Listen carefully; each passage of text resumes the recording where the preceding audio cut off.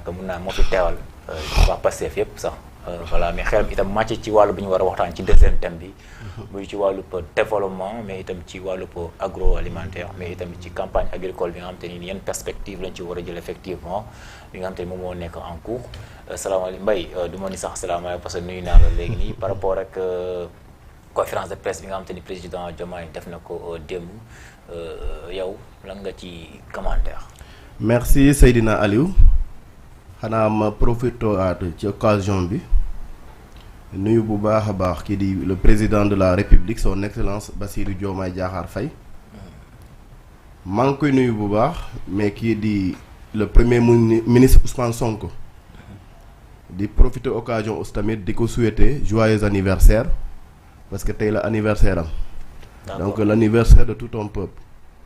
su ñu ñëwaatee ci question bi nga posé muy thématique bu am solo damay dal di wax ne rek c'est vraiment normal nga yore réew pendant 100 jours nga waxtaan ak waa réew ma ñu bari ñu ngi koy tuddee bilan mais personnellement duma ko tuddee bilan je pense que c'est une reddition de compte.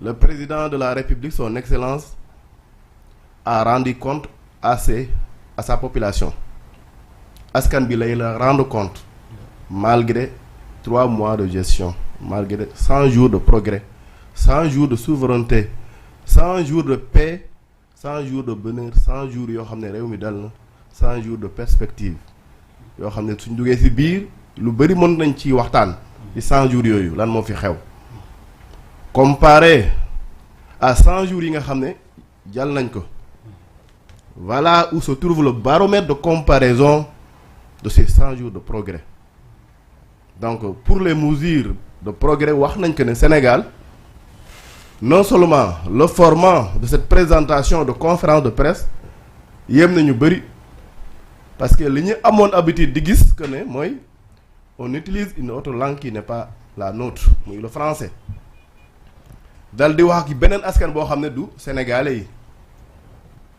ñu bëri kontaan nañ bi ñu dégloo président en langage facile en wolof facile mu wax ak ñëpp je pense qu'il voulait le faire en séeréer donc Bassirou vraiment. mais bu ko defee en séeréer tamit. am nañ ci moom yaakaar. impacté. am nañ ci moom yaakaar. d'accord. yaakaar boobu nag je pense que. il est sur la bonne voie.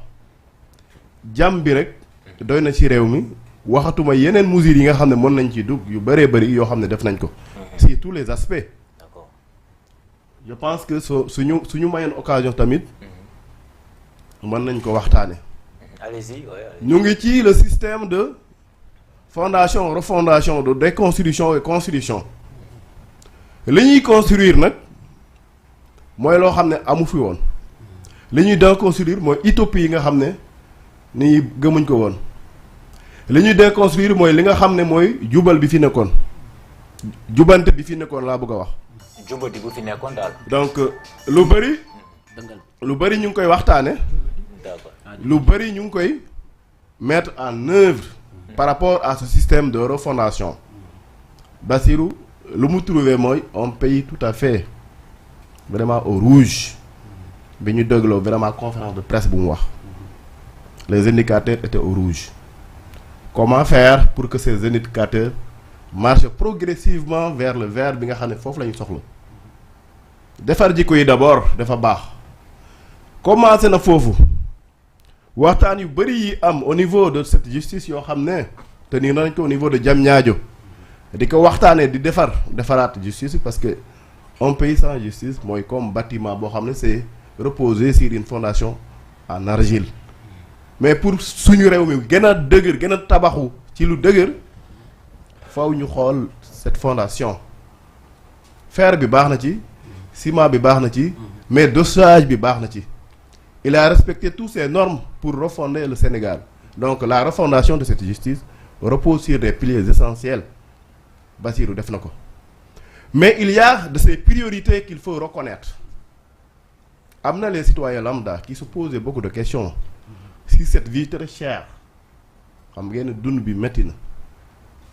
lépp a yokku woon nu mu ko waxee lépp lañ fi bay au rouge panier ménagère donc suñu compté woon yeneen 100 jours lépp lu fi doon jar donc 100 francs mën na dem ba doubler tripler voire même inexistant parce que je pense que pays bi foofu la tollu woon ñàkk a waroon a defal aussi sur des critères et des piliers yu fondamentaux defuñ ko il était là pour servir notre pays et je pense que en tant que chef de l'État la dal ñëw na ci reconstruction moo tax premier jour yu mu def yëpp consacré ko ci wax ci liggéey lañ ko consacré moom ak attelage gouvernemental bi si je parle de l'attelage gouvernemental c'est tous ces ministères ak ñi nga xam ne ñoo nekk ak ñoom di liggéey y compris le président y compris son premier ministre donc loolu defe naa ñun yëpp ñoo ci teg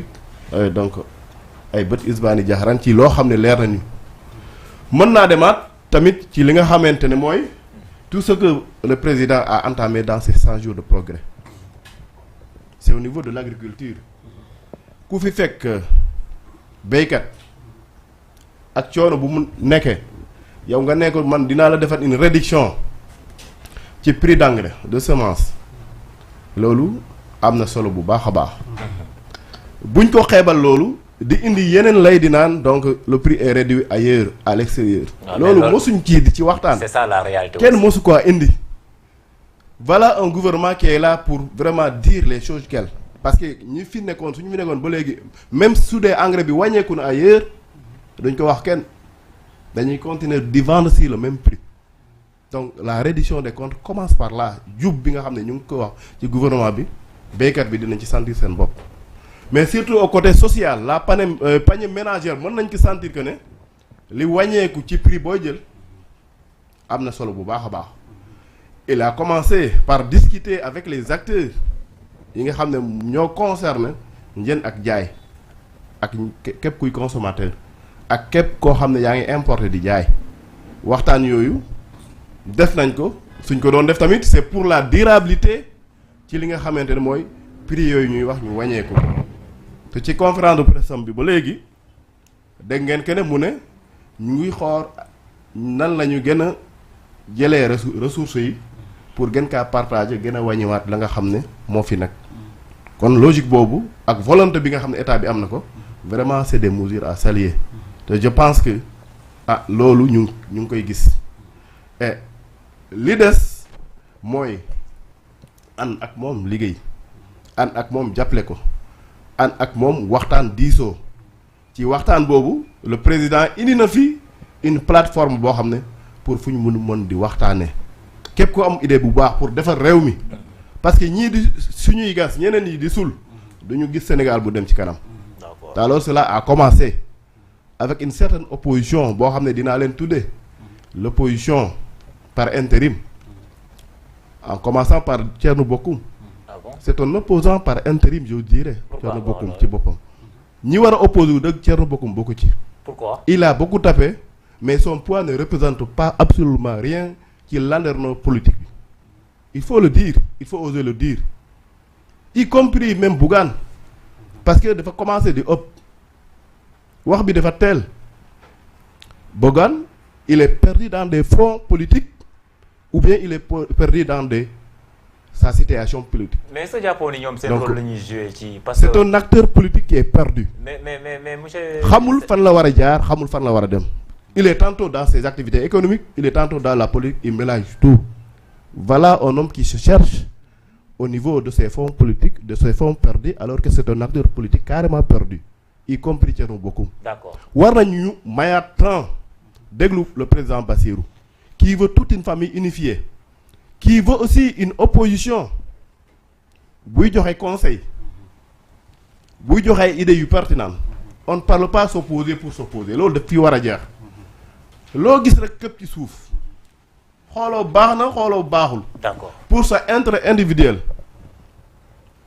D'accord. moom na dem fay impôt c'est l'essentiel. D'accord monsieur Sène. donc 100 jours yi des na lu bëri. parce que c'est 100 jours de progrès. effectivement dañuy dugg ci je vais wax dinaa fi wax 100 jours d'activité yu am. solo d'accord dinañ ci dugg. dina ci dugg comme que mayoo ma relance la mais après boo paree. voilà naa la def benn relance c'est-à-dire que yaa ngi doon wax sànq difficulté position Bougane Gueye ak ki nga xam te moom mooy Thierno Bocoum est-ce que itam jàppoo ni nekkuñu seen rôle parce que itamit bu ñu fàtte ni Ousmane Sonko premier ministre waxoon na fi amatul benn état de grâce nit bu ñu ko falee rek c'est-à-dire que amul ni dañ ko bàyyi mu def li wala dañ ko bàyyi tànkam suñu tànk voilà loolu itamit est-ce que tamit ñoom newul sax waxu Sonko boobu la ñu jëfee mais tamit seen rôle la ñuy def en tant que opposant sama xarit Seydina Aliou. Kan oui. Je dirais là-bas que comparaison n'est pas raison. bu ñu jël pomme de terre ñu koy comparer Angleterre te loolu gis naa ne mooy commencé di am bu ñu comparer Thierno Bocoum wala Bougane wala keneen ak keneen ak Ousmane Sonko. no comparé wu ma leen mais wax bu Ousmane Sonko waxoon itamit. Comparer par rapport ak wax bi tànk sama tànk Bougane lan la deful Macky Sall te alors su fa jógee sa tànk sama tànk te tànk it lépp su fa jógee day demaat ci Macky Sall toog ak moom naan ataaya xool yeneen activités yoo xam ne mën na ci waxtaan ak moom. ban preuve nga am ci loolu. tib na fi tànk ku nekk. mais ban preuve nga am ci. mais loolu loolu gis nga ko gis naa ko ñëpp gis nañ ko. ñaata tànk la fi mu Bougane tib. lan la ko amal sens. d'accord Thierno Bocoum il était dans quoi. il est un missionnaire c'est un opposant par intérim. nekkoon na député aussi Thierno Bocoum mérité na ko aussi itam tamit il faut ñu nangu ko. ñoom bu Bougane nekk na candidat itamit il faut ñu nangu ko. le président Ousmane Sonko. le premier ministre Ousmane Sonko ak le président Bassirou Diomaye bañuñu opposition. opposition bi nga xam ne moo gën. te ñu ngi leen di bàyyi xel bu baax. am na ñoo xam ne c'est des voix autorisées fu ñu waxee fu ñu jógee la ñu wax rek dañ leen di déglu bu baax a baax. d'accord Sène après nañ ñëwaat ci yow incha il y a des voix autorisées fu ñu jógee wax am nañ ñu leen déglu. d'accord mais koo xam ne soo jógee wax rek sa propre intérêt ngay waxee. ça je pense que je suis désolé de le dire mais il est temps que ñoom ñu arrêté parce que je sais que Bassirou Diomaye bi ñuy waxal amul seen temps. d'accord Sène après. bon éducation mayu ko dara mayu ko pour Bassirou Diomaye di tontu ak ñoom xam na la charge qui pèse sur ses épaules am na wax yoo xam ne donc amul solo. d'accord Sène taxul ñu gagné. après naa ñëwaat ci taxul inchallah ñu mën a vraiment jël la peau de Ousmane Sonko. d'accord merci beaucoup Ousmane Sonko may yàlla carrément. d'accord effectivement.